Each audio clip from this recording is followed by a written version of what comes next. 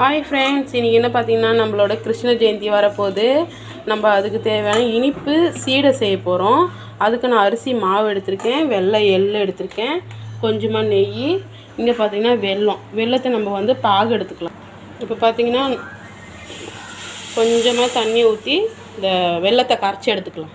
இப்போ பார்த்திங்கன்னா வெல்லம் நல்லா கரைஞ்சிருக்கு. இந்த கரைஞ்சால் மட்டும் போதும். இதை நம்ம ஒரு பக்கம் வச்சிடலாம். இப்போ ஒரு கடாய் வச்சுக்கலாம். 1 கப் அரிசி மாவு நல்லா கலக்கி விட்டுக்கலாங்க. பார்த்திங்கன்னா லைட்டாக சூடானா போதும், கேஸ் ஆஃப் பண்ணிடலாம். இப்போ நம்ம நெய் ஊற்றிக்கலாம்.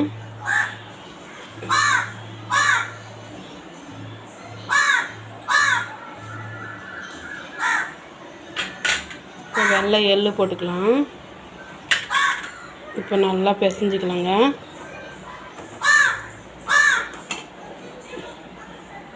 இப்போ பார்த்தீங்கன்னா நல்லா வரணும்.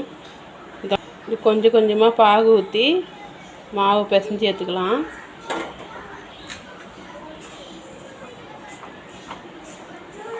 சப்பாத்தி மாவு பிசைகிற மாதிரி நல்லா கெட்டியாக பிசைஞ்சு எடுத்துக்கலாம். நல்லா கொஞ்சம் சூடாக தான் இருக்கும்.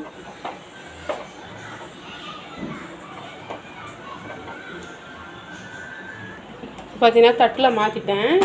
நம்ம நல்லா சப்பாத்தி மாவு மாதிரி பிசைஞ்சு எடுத்துக்கணும். இப்போ பார்த்தீங்கன்னா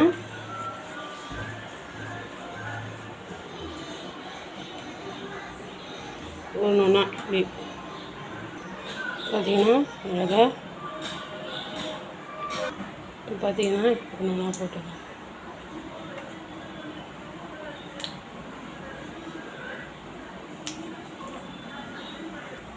இப்போ பார்த்தீங்கன்னா சூப்பராக வெந்திருக்கு. பார்த்தீங்கன்னா என்னோடய சீடை கொஞ்சம் வெடிப்பு இருக்குது. நீங்கள் கொஞ்சம் பார்த்து எப்படி செய்யுங்க. சூப்பராக இருக்குது பார்க்குறதுக்கு.